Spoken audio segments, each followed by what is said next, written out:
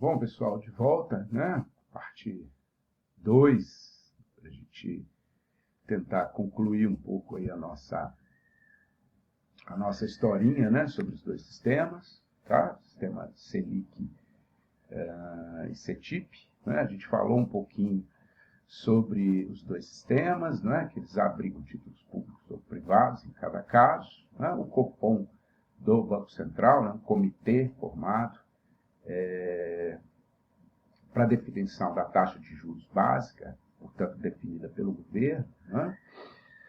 Olhamos um pouquinho, né, para os títulos públicos, tá?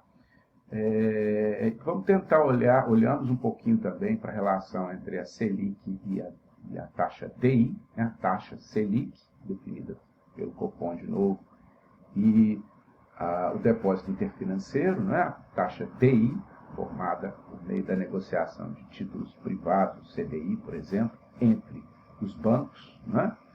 E mostramos um pouquinho da dinâmica, né, nesse mesmo mercado, considerando a atuação dos bancos e as suas necessidades diárias de caixa, portanto, que vão dar dinâmica à formação da taxa DI. Muito bem, então olhamos para um pouco, né, para todos esses conceitos.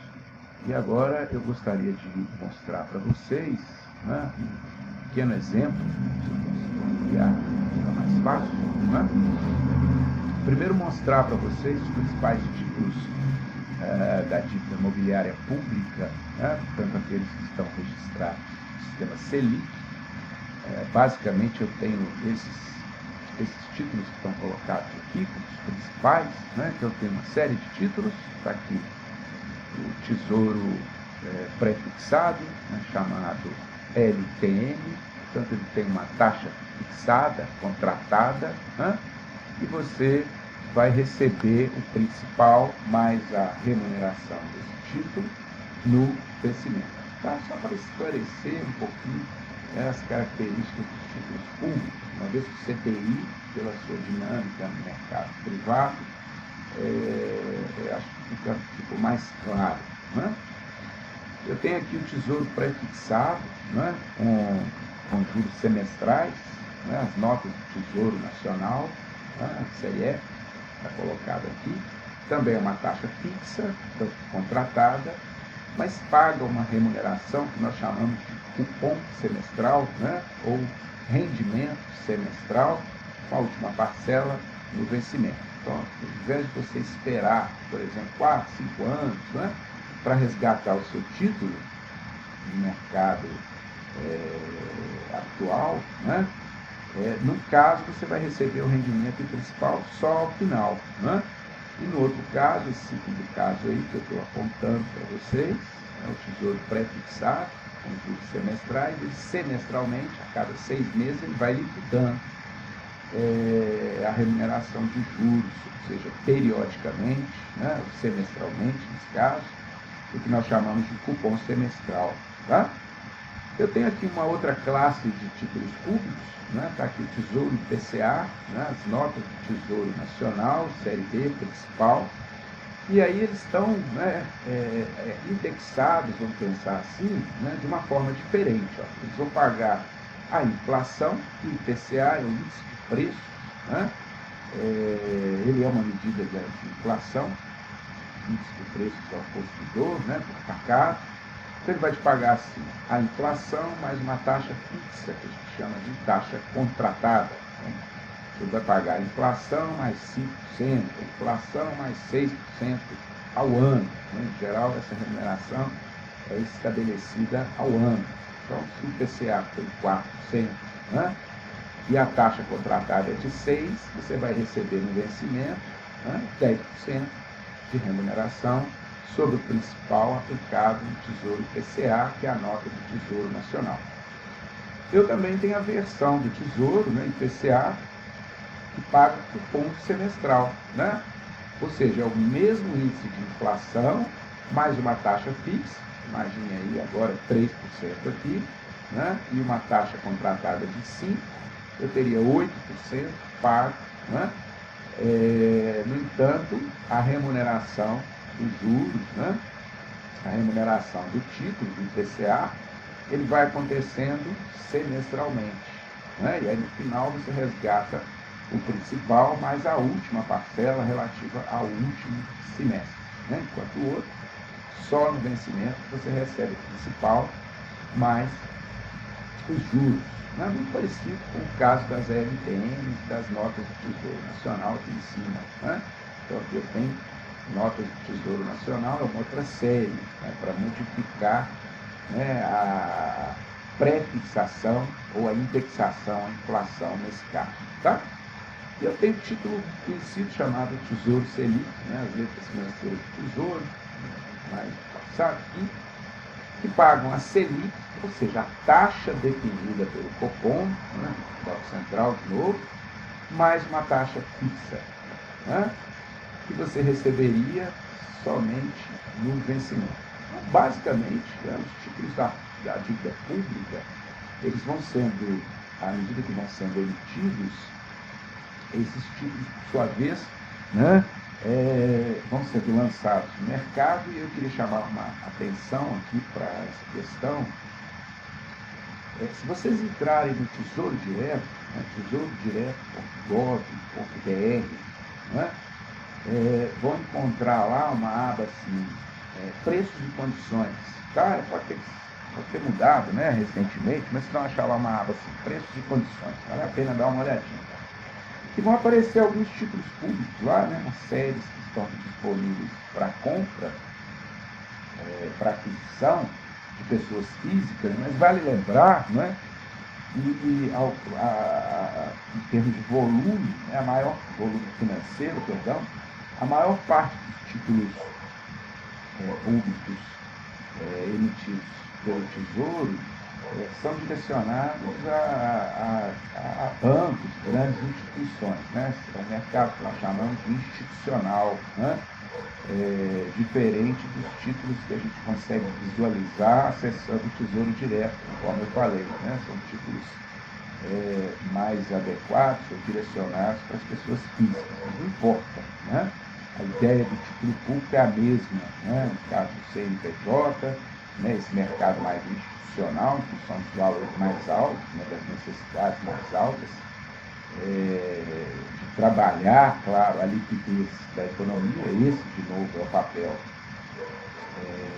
desses mercados monetários, ou de moeda, que nós chamamos, né? Controlar a liquidez da economia. Portanto, bancos acessam volumes maiores de negociação nesses mercados institucionais. Tá? Basicamente, nós temos aí as características dos títulos públicos. Eu vou passar aqui mais uma para mostrar um pequeno exemplo que eu tirei da nossa bibliografia. Ela está posta lá no primeiro módulo, né? Ainda não alterei, continuamos ainda no livro Mercados Financeiros, né, do Alexandre Assaf Neto. Essa é a última edição de 2023. Tá? Então eu estou oferecendo aí, nesse momento, um exemplo de cálculo da taxa Selic. Né? Cálculo da taxa Selic. Então, percebam, pessoal. Quando eu vou apurar uma taxa Selic ao ano, né, vou tentar apurar aqui por uma média ponderada, né, das operações realizadas de financiamento, né, de um dia, conforme eu expliquei, para tentar apurar uma taxa de juros anual. Então, parece complicado, né, essa fórmula, a gente está querendo encontrar isso, né, taxa de Selic, quantos por cento, né, essa taxa está expressa em termos, né, de um ano ao ano. Tá? E aqui, basicamente, eu tenho dois somatórios, um sobre o outro, né? Eu vou mostrar um exemplo aqui, então, porque é fácil olhar para essa fórmula e calcular a taxa anual ponderada conforme os volumes negociados, por exemplo, né? Dentro desse mercado. Então, eu tenho aqui K, ó, a taxa diária aplicada, né? Eu vou somar, tá, todas essas taxas diárias aplicadas, foram observadas ao longo do dia, né, vezes o valor, né, no nosso caso em reais, de todas essas operações. Né? Então, estou multiplicando cada operação, né, pelo seu valor tá? A taxa pelo seu valor ao longo do tempo, né? E há uma regulação, vamos dizer assim, né? É quase que uma convenção, né? Utilizar o número 252, né? Como número de dias do ano, né? Os dias úteis para a formação dessa taxa, tá? E embaixo eu tenho todo o somatório, tá? Dos valores, né? Que foram compondo essas operações. Então, no meu quadro aqui, eu posso observar assim, ó, tem operação 1, 2, 3, 4, né? Poderia ter, enfim, né? Centenas de operações aqui. Como é um exemplo didático, a gente coloca algumas, né? Mas a continha no Excel é a mesma, não vai mudar nada. E eu vou apurando, ó. Operação 1 teve um volume, no exemplo aqui do livro, né? De 108 alguma coisa, expresso numa moeda aqui qualquer, tá? Poderia ser o dólar, né? A gente vai trabalhar no meu exemplo com reais. Eu estou só mostrando a dinâmica desse exercício, tá? E a taxa, tanto diária, né, já fixada, tanto já existente, é essa aqui, esse número aí, 0,0546667%.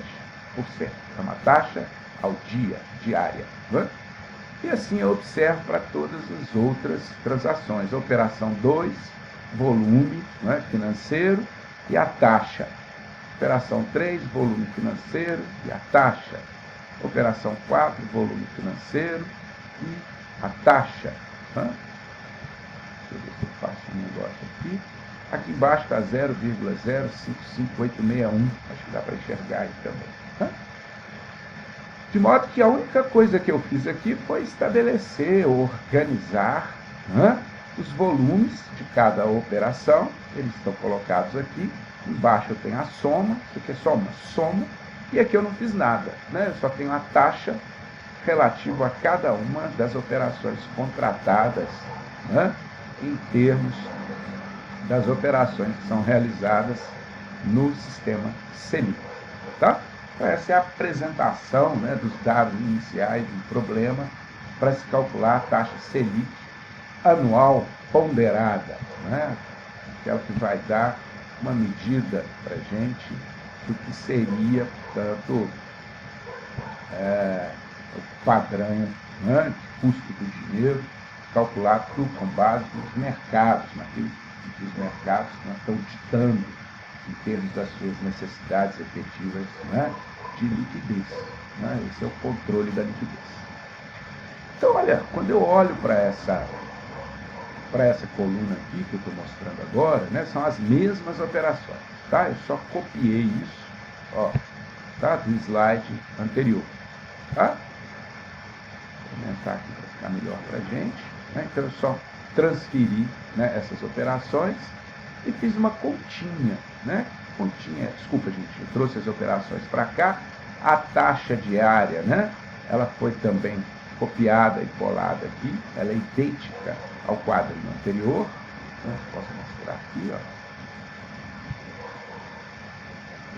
Está aqui, né? Essas taxas aqui foram colocadas aqui. Pronto. Né? E aqui, olha, a partir do volume total negociado, né, eu quero descobrir quanto que cada operação, né, nesse dia, por exemplo, representou, né, em termos do volume total negociado. Então, essa continha, né, que eu fiz aqui para encontrar o volume em termos percentuais do total, né, negociado. Então, a operação 1 representa 9,34% do total negociado. Qual que é o total negociado, afinal de contas? É isso que está aqui, ó. Né? Isso aqui é a soma de todos os volumes. O volume total foi de 1.157, né? Então, 108 representa 9,34% do volume total. E claro, né, se eu tenho como exemplo 4 operações só, na hora que eu termino, né, de computar o volume de cada uma, a soma dos volumes de cada operação tem que dar 100% do volume. Então, essa é a continha que foi feita aqui. Tá? A taxa diária, como eu falei, ela foi copiada, ela foi determinada e copiada aqui, foi atribuída, né, para cada uma das operações e ela foi então transcrita aqui da mesma forma. Né? O que está acontecendo aqui, na verdade? Né? Eu fiz uma mera multiplicação entre o volume em percentual, né? Ou seja, 9,34% vezes a taxa de remuneração diária, né? Que foi atribuída a essa operação, encontrando, portanto, a taxa ponderada. Então, percebam, a taxa ponderada é diferente da taxa diária que foi aplicada a essa operação número 1, né? E assim sucessivamente. Né? Ela vai se diferenciando. Ó, tá? E fiz um somatório aqui. Tá? Então, eu tenho o somatório do volume e tenho o somatório das taxas ponderadas ao dia. Olha que interessante.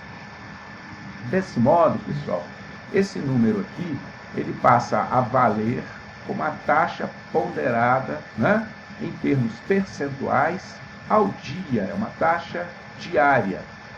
Então, olhando aqui agora para essa continha final, né, onde a gente vai terminar essa segunda etapa do vídeo, né, eu quero a taxa anual Selic. Então, eu vou usar uma fórmula muito conhecida aí, muito simples, né? Estou olhando aqui para a fórmula agora já, ó, 1 mais 0,000555063. Percebam que isso aqui é essa taxa que já foi somada, é a taxa ponderada, né, extraída das 4 operações que foram demonstradas aqui. Né? Ela já está dividida por 100, percebam. Esse número aqui, né, é o número de dias úteis no ano, portanto, é a forma de integralizar essa taxa ao ano. Afinal de contas, eu encontrei a taxa, né, relacionada às operações que foram realizadas em um dia. Né? Como essa é a taxa ponderada, eu vou utilizar para o ano 252 dias úteis. Né? Fazendo essa continha aqui, menos 1 vezes 100, eu encontro 14,88% ao ano. Né? Então, essa seria, dadas as operações realizadas no dia de hoje, né, uma estimativa, uma projeção da taxa Selic ao ano. Então, essa é a continha que a gente faz para descobrir essa taxa. Certo? Pessoal, eu me despeço aqui, né? Espero que vocês prestem atenção nesse exercício, né? Nós teremos uma reprodução, né, desse mesmo exercício na nossa atividade semanal de acompanhamento do conteúdo, tanto com, né, pequenos testes para verificar esse mesmo acompanhamento. Tá? Mais uma vez, muito obrigado e até o próximo vídeo. Tchau, tchau.